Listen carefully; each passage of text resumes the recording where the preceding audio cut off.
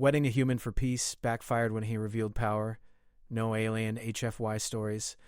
Best HFY stories, the twin sons of Tarlon. 7 cast long, orange shadows across the desert plains. Dust swirled over jagged rocks, and a cold wind carried the scent of ozone from the distant cities. It was a world of extremes, of scorching days and freezing nights, but tonight the desert was alive with the sound of preparation. Strange lanterns glowed over wooden platforms, and alien banners flapped in the wind. The Koran clans had gathered for a wedding, but this was no ordinary ceremony. It was meant to end a war that had lasted decades. The Korans were a proud, nomadic people. Their leader, Chieftain Vela, had ruled the clans with an iron will for years. She was small but sharp-eyed, with a reputation for both fairness and ferocity. Across the desert, the Zitharians were an advanced alien race, known for their sleek cities, floating ships, and technology that humans could hardly comprehend. The two factions had clashed repeatedly, destroying settlements and sending countless warriors to their deaths. And now, in a desperate bid for peace, they had agreed to a political marriage. The human chosen for this delicate task was Ryder Kane. He was nothing like the Zitharians or Korans expected. With dusty brown hair, sun-leathered skin, and a calm gaze, Ryder had grown up on Earth's frontier regions. He knew how to handle a gun, a horse, and danger. But what made him remarkable wasn't just skill, it was his way of thinking.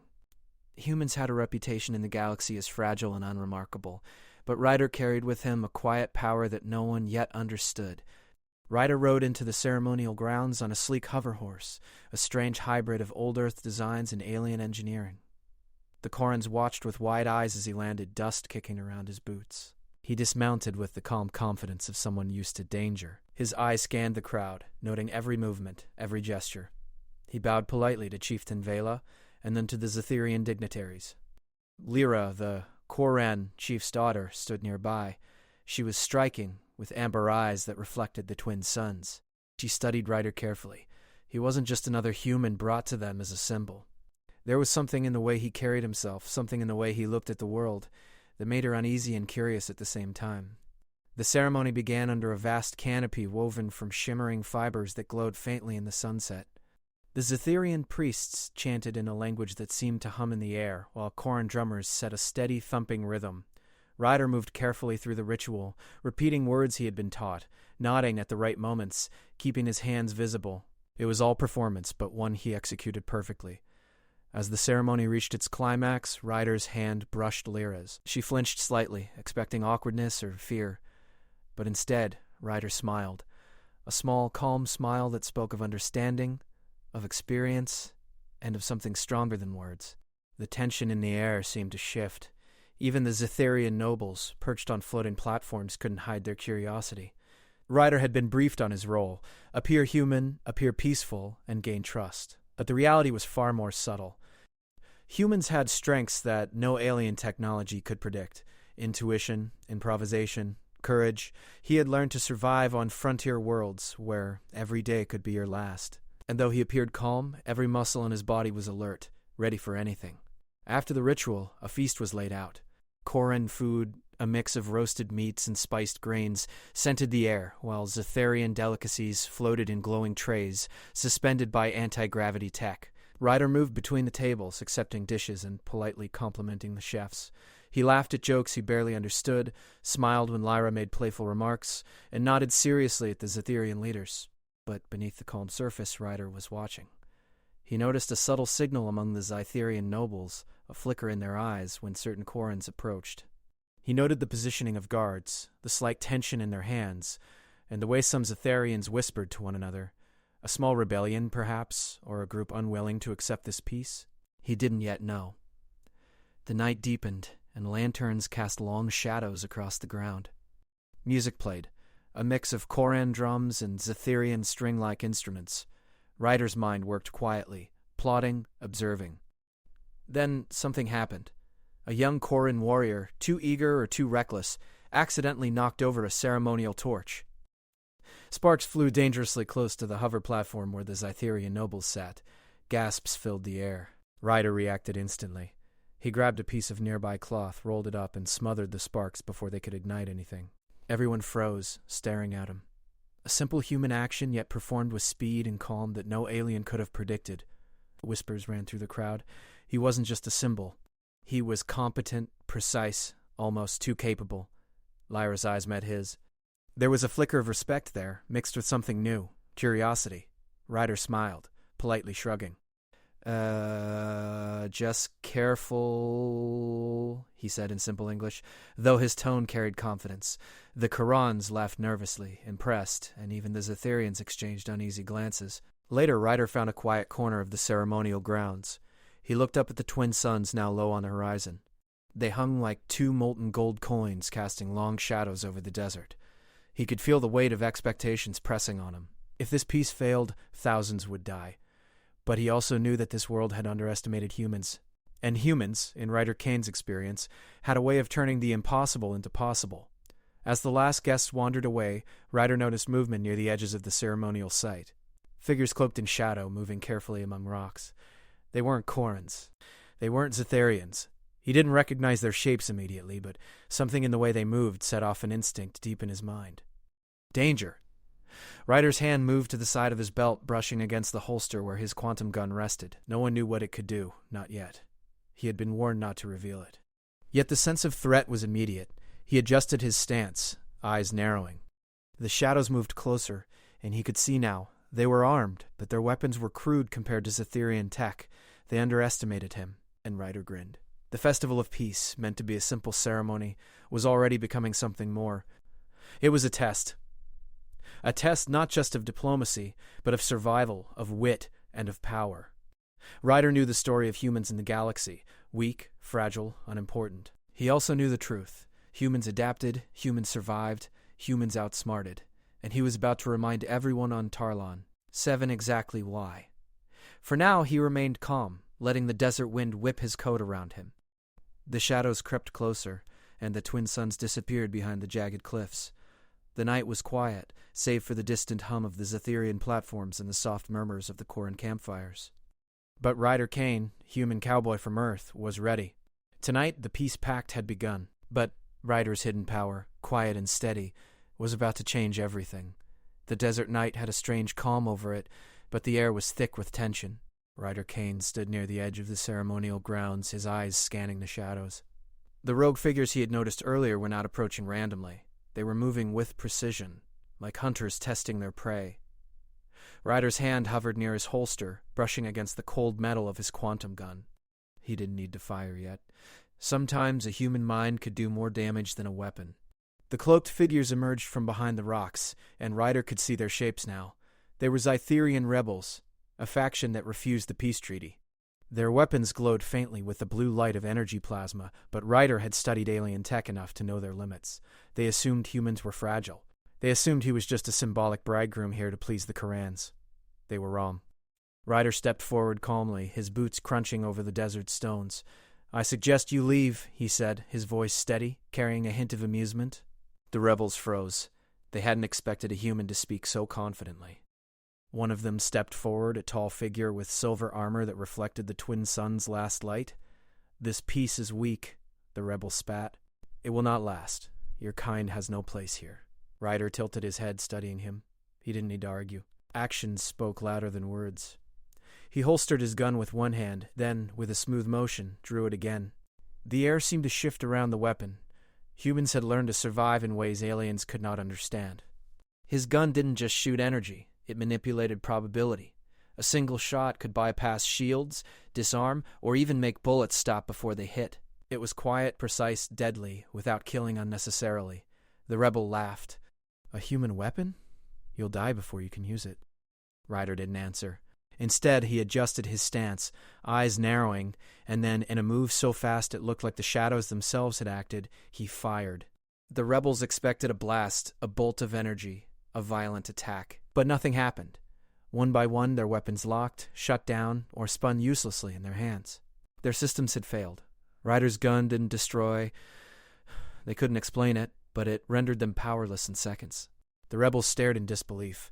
One tried to strike him physically, rushing forward with a plasma blade, but Ryder sidestepped easily, tapping a button on his gun that created a small field of gravity around the attacker. He floated a few inches off the ground, helpless. Ryder reached out and set him down gently. The rest of the rebels froze. Ryder smiled, calm, almost apologetic. "I said leave," he repeated. I'm giving you one chance." A long silence followed. Then, slowly, the rebels backed away, muttering among themselves. Ryder didn't chase them. He simply lowered his weapon, his body relaxing. The Korans and Zetharians watching from the ceremonial grounds had seen everything. Gasps and murmurs spread through the crowd. Humans were fragile? Not this one. Not this one. Lyra stepped forward, her amber eyes wide. What is that?" she asked.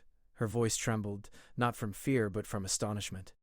Ryder's calm confidence and the way he controlled the situation fascinated her. "It's human ingenuity," Ryder said simply. He didn't boast, but he didn't hide it either. Humans had a way of surviving that even the most advanced alien tech could not predict. "We adapt. We survive. We make the impossible work." Lyra nodded slowly, trying to process what she had just witnessed. Around them, the Koran clans whispered excitedly, some raising their weapons in admiration. Even some Zetharians looked uneasy. Ryder had shifted the balance of power in a single display. A human, one man, had just turned a tense ceremony into a lesson in caution for alien warriors who had thought themselves unbeatable. The night continued, but the energy had changed. Where once the wedding had been a formal, tense ritual, now it had the thrill of a battlefield, with Ryder at the center, not as a soldier but as a master of subtle, unstoppable skill. After the initial shock, Ryder walked toward the Koran campfires. He crouched by one, examining the surrounding area. Even though the rebels had fled, he knew they would regroup. He could already see the patterns in the sand where their cloaks had brushed the ground, leaving faint traces. Humans had a way of noticing things that others ignored. Lyra joined him, her eyes scanning the horizon. "They won't give up, will they?" she asked. "No," Ryder said. "But that's fine. They underestimated us. That's their mistake." His voice was calm, but every word carried certainty. He had faced worse than these rebels in far more dangerous conditions on Earth. He had survived sandstorms, bandits, and creatures that would have terrified most. This was nothing. The twins' suns had now set completely, leaving the desert under a blanket of stars. The night was quiet, except for the soft hum of Zetharian platforms and the crackle of Koran fires. Ryder's mind raced with possibilities. The peace treaty was fragile. A single misstep could reignite the war. But he had a plan, and humans were good at plans, even when everyone else doubted them. Suddenly, a flash of movement caught his eye. Ryder drew his gun again, not pointing at anyone, just ready. A small drone, sleek and black, hovered silently near the campfire. Ryder examined it. Zetharians often used drones for surveillance, and this one was no exception. He tapped a button on his gun, sending a signal that scrambled its sensors. The drone jerked violently, then fell to the ground harmlessly. Lyra watched, her mouth slightly open. "You really are different," she said. Ryder smiled faintly. "Different works?" he replied. He didn't need to explain everything. Actions spoke louder than words. Tonight, he had already changed perceptions. Humans were not just symbols. They were a force. The next morning, the desert was alive again. Korans moved among the ceremonial grounds, repairing minor damage from the night before. Zetharians floated above in platforms, still uneasy, still cautious. Ryder walked among them all, observing, nodding politely, and occasionally offering advice or assistance. Every gesture was deliberate. Every movement conveyed competence. The peace pact was fragile, but Ryder's presence was a stabilizing factor. His human ingenuity and calm confidence had already prevented what could have been disaster. And yet, he knew this was only the beginning.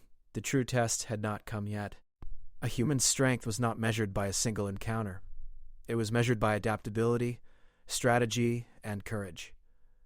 By mid-morning, Ryder found himself standing at the edge of the cliffs overlooking the desert.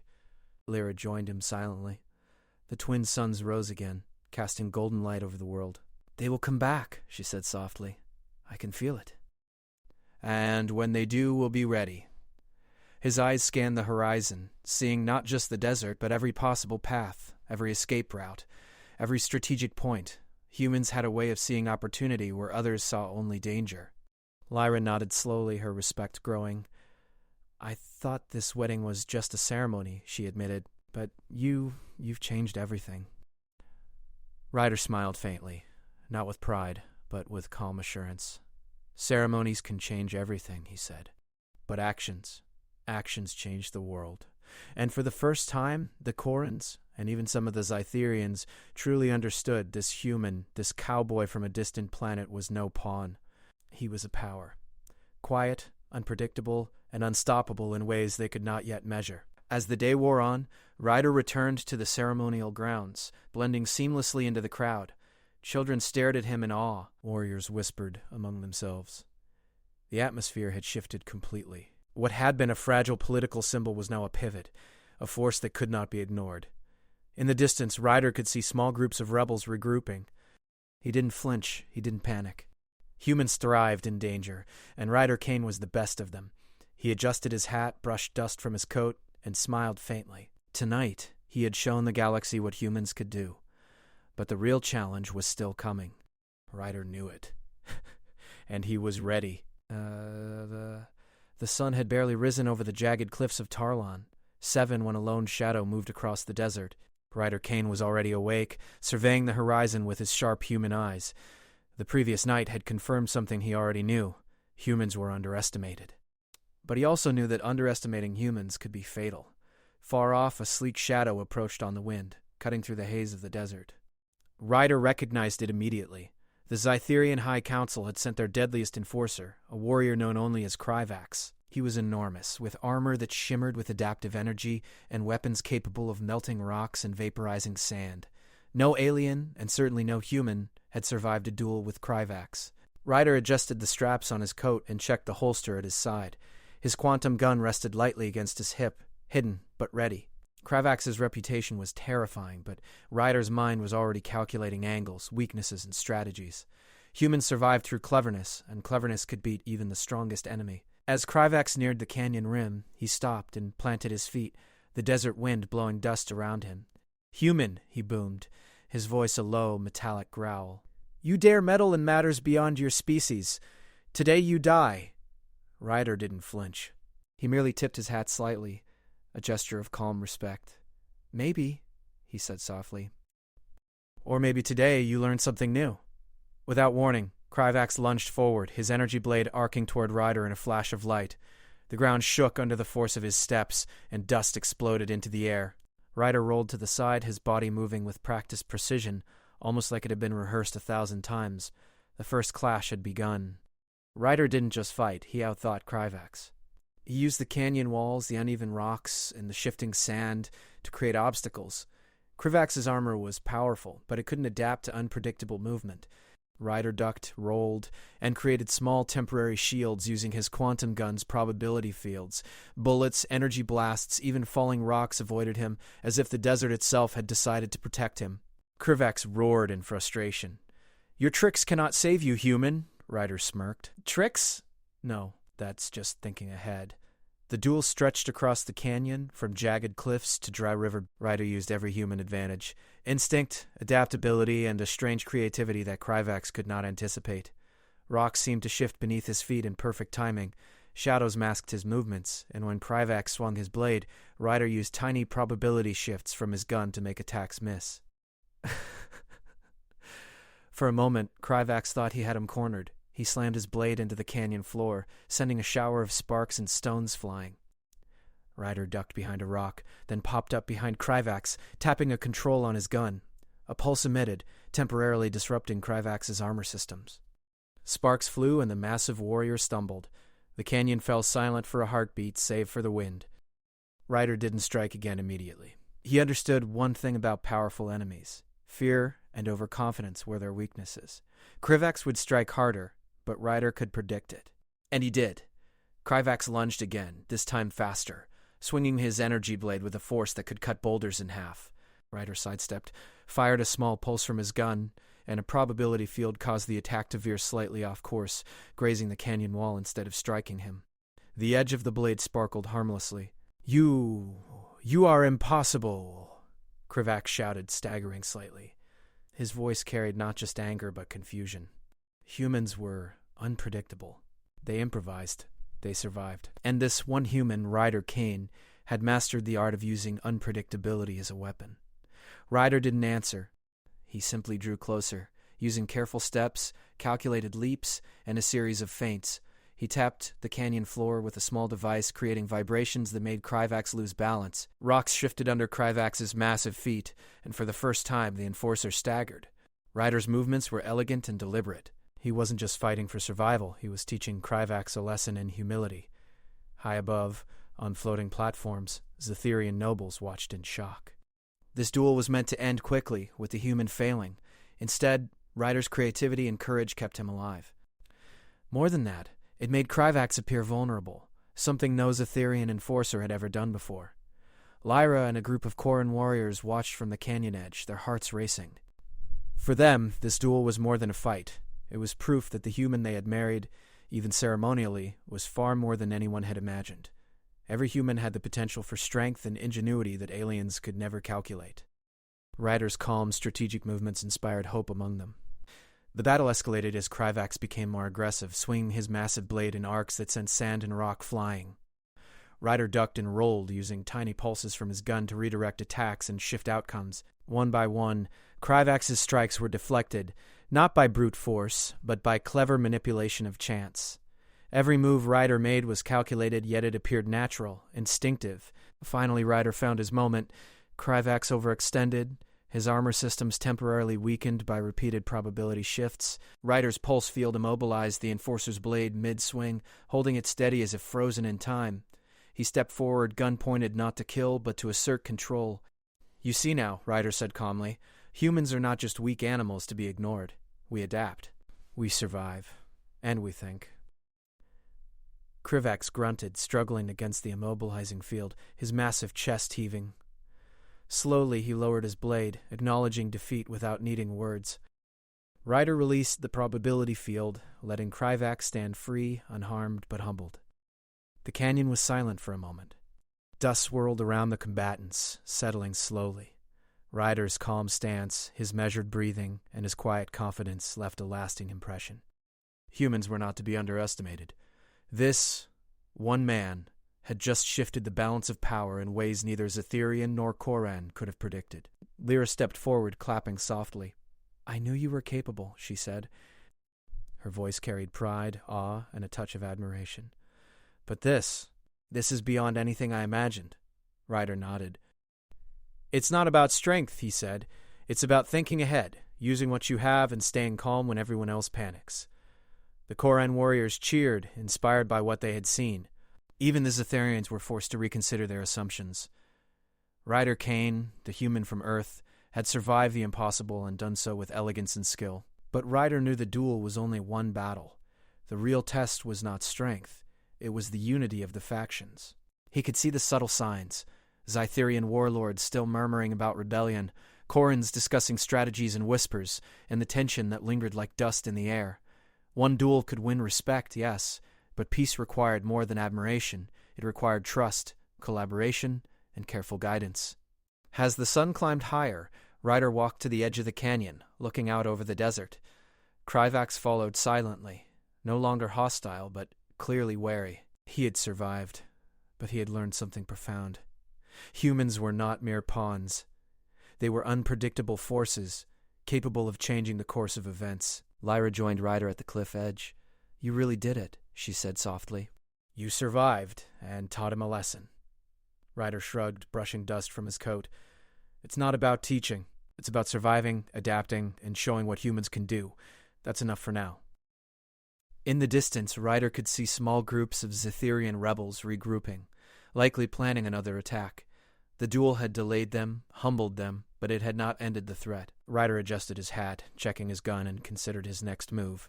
Humans thrived under pressure, and Ryder Kane was ready for whatever came next. The duel was over, but the war was not. The wedding meant to symbolize peace had become a battlefield of minds and strategy, a stage where humans proved their unpredictable genius.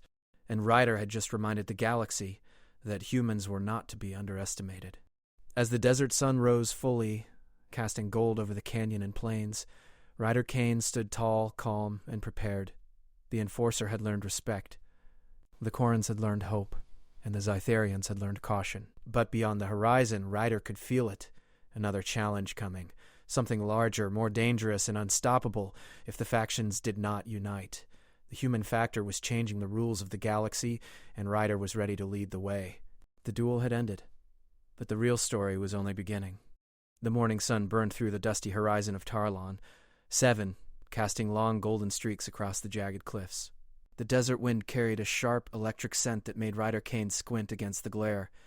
This day was unlike any other. The calm of the peace ceremony had been shattered by whispers of rebellion, and the air carried tension thick enough to choke on. From the distance, a dark shadow approached, gliding over the rocks with deliberate grace. Ryder's hand instinctively brushed the grip of his quantum gun, a weapon of strange human invention that no alien had ever seen used so deftly. The figure drawing near was unmistakable. Kryvax, the Zetherian enforcer sent by the Council to test, or perhaps punish Ryder. Kryvax was massive, his armor gleaming with an adaptive sheen that reflected the sunlight like a mirror. His weapon, a blade of pure energy, hummed with deadly power. No one who faced Kryvax had survived, but Ryder Kane was no ordinary human. He had faced storms, wild beasts, and criminals across planets far less hospitable than this. He had learned to think faster, move smarter, and exploit every weakness that came his way. Today, all of that would be tested. Kryvax stopped at the canyon's edge, planting his enormous feet into the sand and rock. "Human," he growled, his voice vibrating the air.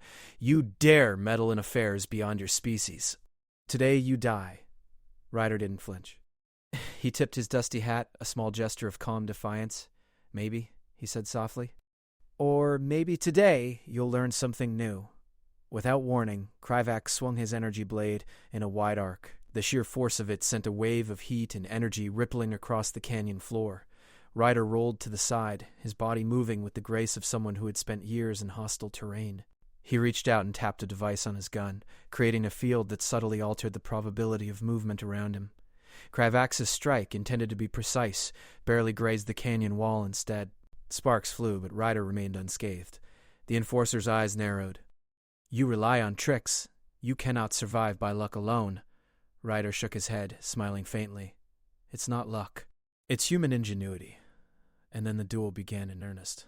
Ryder moved like water across the canyon floor, ducking behind jagged rocks, leaping across broken ridges, and using the uneven terrain to his advantage. Kryvax advanced relentlessly, each strike of his blade powerful enough to split boulders. But Ryder's unpredictability confounded him.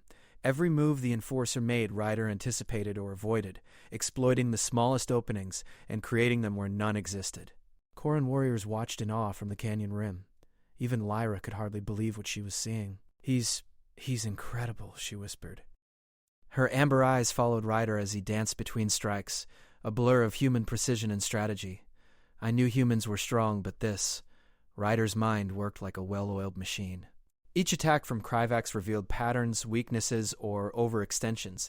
He used his quantum gun sparingly, altering probabilities just enough to tip events in his favor without harming Kryvax directly. Rocks would shift under the enforcer's feet, tiny gusts of wind pushed the blade slightly off course, and energy pulses interfered with the armor's stabilizers. For every powerful strike Kryvax launched, Ryder countered, not with sheer force, but with anticipation and clever manipulation. A leap here, a roll there, a time pulse from his gun. It all worked together to frustrate the Zetherian. The enforcer's frustration grew. His strikes became wilder, less controlled. Ryder saw it as an opportunity. He vaulted onto a boulder, flipping over Kryvax's head in a blur of motion. Then, with careful precision, he aimed his gun and sent a subtle pulse that temporarily immobilized the enforcer's weapon. The massive blade hovered midair, glowing but harmless. Kryvax grunted, struggling against the invisible field. "Impossible, you are impossible." Ryder's eyes were steady. "Not impossible," he said. "Just human." He didn't strike. Humans survived not by killing recklessly, but by using skill and intelligence. Kryvax, massive and powerful as he was, could not comprehend the strange patterns of human improvisation. Ryder waited, watching the enforcer struggle, teaching him a lesson without violence. Finally, Kryvax lowered his weapon, gritting his teeth. He was defeated, not by strength, but by unpredictability and strategy. Ryder released the probability field, and the enforcer stood upright, breathing heavily but unharmed. The canyon was silent except for the wind. Dust swirled slowly around the combatants. Ryder's calm presence contrasted sharply with Kryvax's exhausted fury. Humans were underestimated, and now it was clear why. Their strength was not measured in raw power, but in cleverness, adaptability, and resilience. Lyra stepped forward, clapping softly. "I knew you were capable," she said, awe in her voice. "But this is beyond anything I imagined." Ryder smiled faintly. "It's not about fighting," he said. It's about surviving, adapting, and showing what humans can do. That's enough for now. The Khorne warriors cheered, inspired by what they had seen. Even Zetherians on the platforms above whispered among themselves, acknowledging the human skill. Ryder Kane had just proven that one human could shift the balance of power in a duel against the galaxy's deadliest warrior, but Ryder knew this was only one battle. The larger war, the fragile peace between Khorans and Zetherians, still hung by a thread. Small groups of rebel Zetherians would regroup, seeking revenge or testing the human again. But Ryder's victory had a larger effect. It had instilled respect and caution. Aliens who had scoffed at humans now had to recognize them as capable, clever, and dangerous. The duel had changed perceptions, but Ryder didn't linger on glory. He walked to the edge of the canyon, looking down at the desert floor, scanning for threats. The rebels had not disappeared. They would be back, and he had to be ready. Lyra joined him, standing beside him silently. "You really did it," she said softly. "You survived," and taught him a lesson. Ryder nodded, eyes fixed on the horizon. "It's not about teaching," he replied. "It's about showing what humans can do. That's all anyone needs to see to change their mind." Kryvax stood behind them, still wary but now respectful. Ryder had shown power without unnecessary violence, cleverness without cruelty. The human factor had shifted the battlefield in subtle but permanent ways. As the twin suns climbed higher, Ryder knew the real challenge was still coming. He could sense it, a threat larger than rebels or enforcers. He didn't know yet what form it would take, but the skills humans possessed, adaptability, creativity, and courage, would be the key to survival. For now, he allowed himself a brief moment of calm. The duel was won. The Kharans had new hope, the Zytherians had new respect, and Ryder Kane had proven that humans were not to be underestimated, even in a galaxy full of advanced technology and powerful warriors. The desert wind whispered across the cliffs, carrying sand and the faint hum of distant platforms. Ryder's mind was already planning the next steps. Humans survived by thinking ahead, and he would make sure that the fragile peace of Tarlon 7 did not crumble under fear or prejudice. The duel had ended, but the war, the true test, was only beginning. Ryder Kane adjusted his hat, checked his gun, and stepped back toward the ceremonial grounds. The galaxy had seen a human in action today. They had seen ingenuity, bravery, and calm precision, and they had seen what humans were capable of when underestimated. One day, he knew, the true challenge would come. But when it did, Ryder Kane would be ready.